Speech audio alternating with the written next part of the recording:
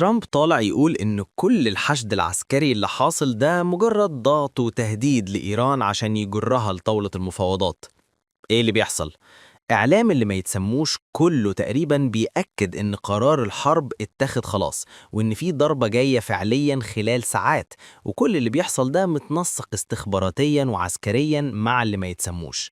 السؤال هنا، مين فيهم بيقول الحقيقة؟ في نفس التوقيت ده الصحفي الصهيوني إيدي كوهين كان كاتب من أيام كلام تقيل جدا، قال فيه إن اللي ما يتسموش بعد ما فشل مشروع التطبيع مع السعودية بتضغط بكل قوتها على أمريكا عشان يسقطوا نظام إيران بأي تمن، حتى لو ده معناه إن اللي ما يتسموش نفسهم يتعرضوا لمئات الصواريخ. الهدف من ده إنهم يغيروا نظام الحكم في إيران بنظام موالي ليهم، ويسيطروا على المنطقة بالكامل، ويحصروا العرب من كل الاتجاهات. طيب، إيه علاقة الكلام ده كله ببعضه؟ وليه الجيش الأمريكي بيعمل مناورات ضخمة جنب السواحل الإيرانية في نفس اللحظة اللي إيران بتعلن فيها مناورات بحرية مع الصين وروسيا؟ هل كل ده صدفة؟ ولا في لعبة كبيرة بتتلعب والعالم كله متشدد فيها؟ خلينا نفك الموضوع واحدة واحدة عشان الصورة كبيرة ومتشابكة. اللي حاصل دلوقتي بين أمريكا وإيران لا هو حرب صريحة ولا هو سلام. إحنا في مرحلة وسط، منطقة رمادي اسمها التصعيد لأقصى درجة قبل القرار الأخير. كل طرف بيحاول يعلي سقف الضغط من غير ما يقع في حرب شاملة. ليه؟ عشان يوصل لأكبر مكسب ممكن لو حصل تفاوض في الآخر. أمريكا جمعت قوات عمر المنطقة ما شافت زيها من أيام حرب الخليج والعراق، أساطيل بحرية، حاملات طائرات، قاذفات استراتيجية وطائرات شبح. الرسالة واضحة، إحنا نقدر نوجعك ضربة تقسم ظهرك وتدمرك سنين قدام. إيران من ناحيتها بترد وبتقول لو صاروخ واحد اتضرب علينا الشرق الأوسط كله هيولع، مضيق هرمز هيتقفل، والمصالح الأمريكية في كل مكان هتبقى تحت النار، ومحدش هيطلع كسبان. طيب ليه كل ده؟ وليه ترامب لحد دلوقتي ما خدش قرار الضربة رغم كل المؤشرات اللي بتقول إننا قريبين جدا من الحرب؟ لأن ببساطة في تطورات حصلت في الكواليس خلال الأيام اللي فاتت خلت قرار الحرب مع إيران مخاطرة تقيلة قوي. ممكن يحقق مكاسب سريعة، لكن في المقابل ممكن يضرب المصالح الأمريكية في المنطقة ضربة عمرها ما تتعوض. طيب مين اللي دخل على الخط؟ الصين وروسيا. خلال الساعات اللي فاتت القيادة المركزية الأمريكية أعلنت عن مناورات عسكرية وجوية ضخمة في الشرق الأوسط وبحر العرب بمشاركة سفن حربية وغواصات وطائرات بكل أنواعها، واستعراض قوة واضح قريب جدا من إيران. الرد ما تأخرش، إيران أعلنت مناورات بحرية مشتركة مع الصين وروسيا في بحر عمان والمحيط الهندي، وبعدها مباشرة وسائل إعلام روسية قالت إن حوالي 60 سفينة حربية روسية تحركت باتجاه الخليج للمشاركة في التدريبات دي. مش كده وبس، وكالة Associated Press نقلت إن إيران ناوية تعمل مناورات بالذخيرة الحية في مضيق هرمز خلال يومين، وده ممكن يعطل حركة الملاحة في واحد من أهم شرايين التجارة في العالم. الرسالة هنا واضحة، نقدر نحبس العالم كله لو فكرتوا تقربوا. وبالتوازي مع ده الحوثيين في اليمن وحزب الله العراقي أعلنوا استعدادهم الكامل للدخول في المواجهة جنب إيران، وقالوا إن أي حرب جاية هتبقى حرب وجود، وإن كل القواعد والمصالح الأمريكية في المنطقة هتبقى أهداف مش مستثناة.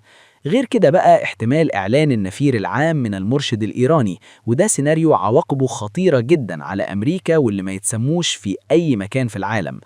طيب الخلاصة إيه؟ الخلاصة إن كل طرف بيرفع صوته وبيستعرض عضلاته عشان يبان إنه مش خايف، لكن الحقيقة إن الاتنين خايفين جدا من خطوة الحرب، لأنها لو حصلت ممكن تولع المنطقة كلها وتأثر على اقتصاد العالم بشكل كارثي.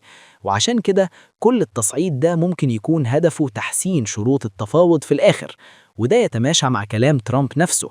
صحيفة التلغراف البريطانية نقلت عن مصادر قريبة منه إنه بيدور على حل دبلوماسي، وإن التهديد بالقوة العسكرية مجرد أداة ضغط مش قرار نهائي، عشان يجر إيران لمفاوضات جدية على برنامجها النووي والصاروخي حفاظاً على أمن اللي ما يتسموش. لكن المشكلة إن اللي ما يتسموش مش عايزين تفاوض. تقارير وصحف عبرية كتير بتقول إنهم مستعدين يتحملوا أي ضربات إيرانية حتى لو مئات الصواريخ مقابل إسقاط نظام إيران. طيب ليه الإصرار ده كله؟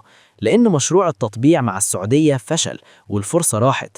السعودية دلوقتي بقت بتتحرك عكس مصالح اللي ما يتسموش في أكتر من ملف، سواء في اليمن أو من خلال تحالفات جديدة مع تركيا وباكستان ومصر، وده خلى العلاقة بينهم تسوء جدا، لدرجة إن مسؤولين اللي ما يتسموش طلعوا يتكلموا عن ضرورة تأديب السعودية. هيعملوا ده إزاي؟